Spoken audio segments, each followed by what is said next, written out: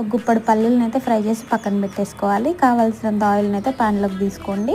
ఆ తర్వాత పోపు గింజలు, జీలకర్ర ఇవన్నీ అయితే వేసుకొని ఫ్రై చేసేయాలి.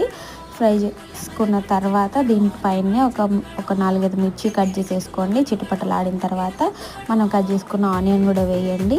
ఆనియన్ కొంచెం మగ్గిన తర్వాత కొంచెం పసుపు, కొంచెం సాల్ట్ వేయండి. ఇంకా త్వరగా మగ్గుతుంది అనమాట. ఆ తర్వాత కొంచెం అల్లం పేస్ట్ వేసుకోండి. ఇది ఒకసారి కలిపేసుకున్న తర్వాత ముందుగా కట్ చేసుకున్న వంకాయని అందులో వేసి కలిపేసుకోండి. మూత పెట్టేయండి.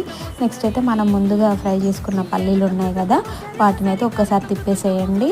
తర్వాత ఒక స్పూన్ కారము, ఒక స్పూన్ ఉప్పు, ఒక స్పూన్ జీలకర్ర వేసి మళ్ళీ ఒకసారి మిక్సీ పట్టండి. ఇలా పౌడర్ అవ్వాలన్నమాట. ఇప్పుడు ఈ పౌడర్ని అంతా కూడా ఉడికిన మన ఈ బ్రింజల్లోకి యాడ్ చేసేసేయండి. చూసారా, ఇలా ఉండలు లేకుండా కలిపేసుకోవాలి.